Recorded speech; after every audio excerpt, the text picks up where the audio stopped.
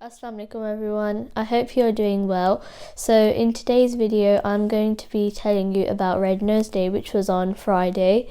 And if you didn't know, Red Nose Day is basically an event where there's these nose things that you can attach on your nose, but that's just for fun. But really you're raising money to go to kids in Africa or Syria, kids who don't have any education.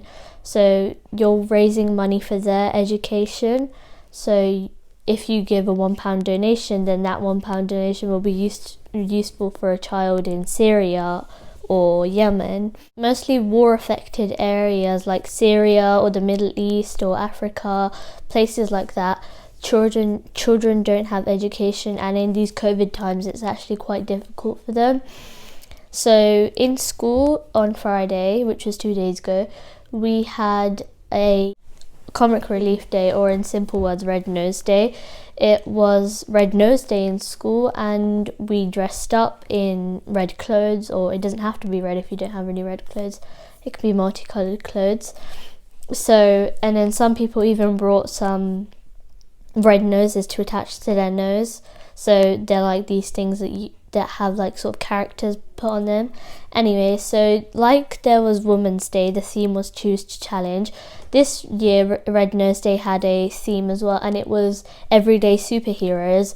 So in school we had to create our own superheroes who help people, but in real life they're superheroes like the police or the army, or especially during COVID times, the NHS, who have helped us so much during these difficult times.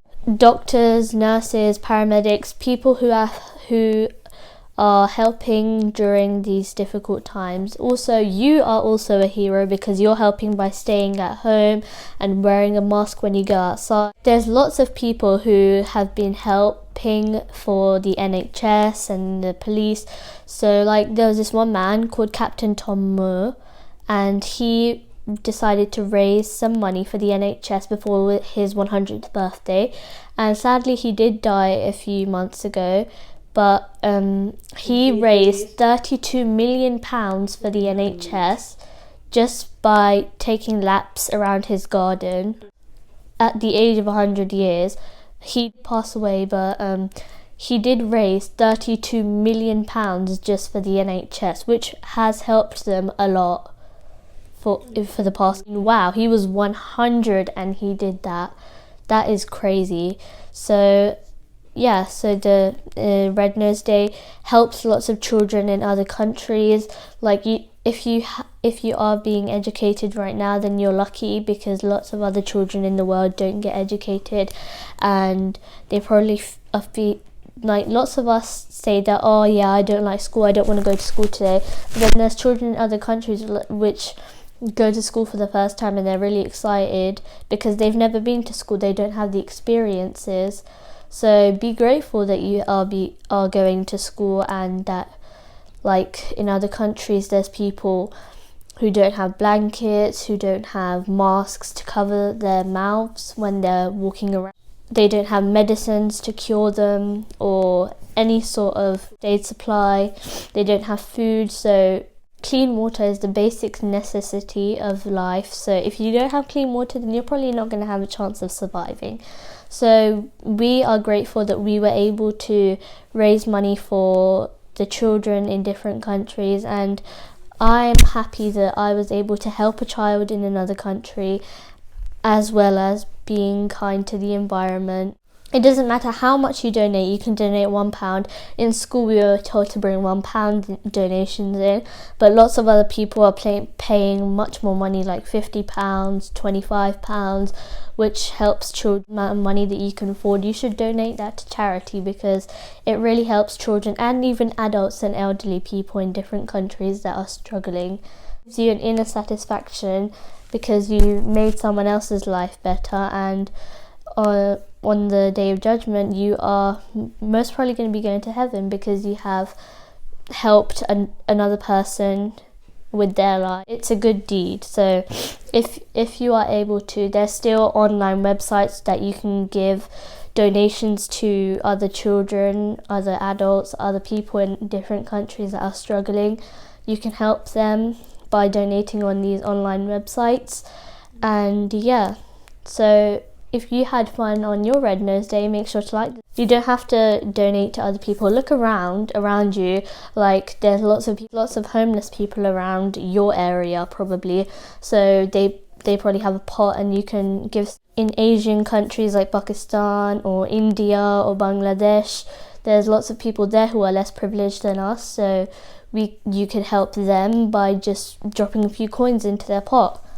So I hope you enjoyed today's video. So in school we have this thing, in my class only, we have this thing. I'm talking off the subject of Red Nose Day now. So we have this thing where we're talking about manifestos and political parties. So we have been organized into 5 groups, and in those 5 groups there is 5 to 6 people, and from those people there is one leader, and I have been chosen as the leader for my team. And so we have to prepare a speech that we could pretend to be running in an election, and so we have to prepare a speech. Different topics. They gave us the topic for NHS, the COVID-19, education, environment, loads of other topics, but my team decided to choose education. There was 2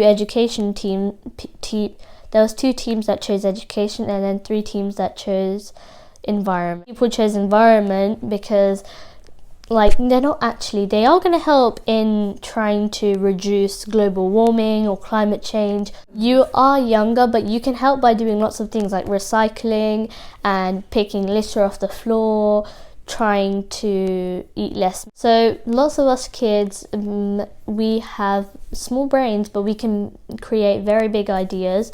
So if you get any ideas, make sure to suggest them to your teacher. Maybe you could help. So like Greta Thunberg, she wants to reduce climate change in the world. She was only like 12 years old when she started, so around my age, and lots of children would really want to help. I mean, adults are technically ruining us kids' future, so we need to help any way we can so that we can make sure that our future is good and secure. And if you don't know what global warming is in the Arctic areas there's lots of ice melting, which means that polar bears live on ice and they don't know how to swim, so there's a disadvantage there.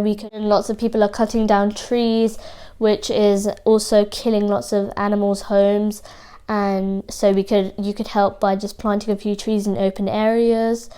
If you plant one seed and that seed becomes into a big tree, that is a very big step to your new future generation, which would benefit a lot of you. We know that we can be sometimes a bit boring, but our videos help lots of people. So Hasnat is feeling sick today, and Zoha's not here because she's doing work. Make sure you like, comment and subscribe and hit the notification bell, and share the video with your friends and family.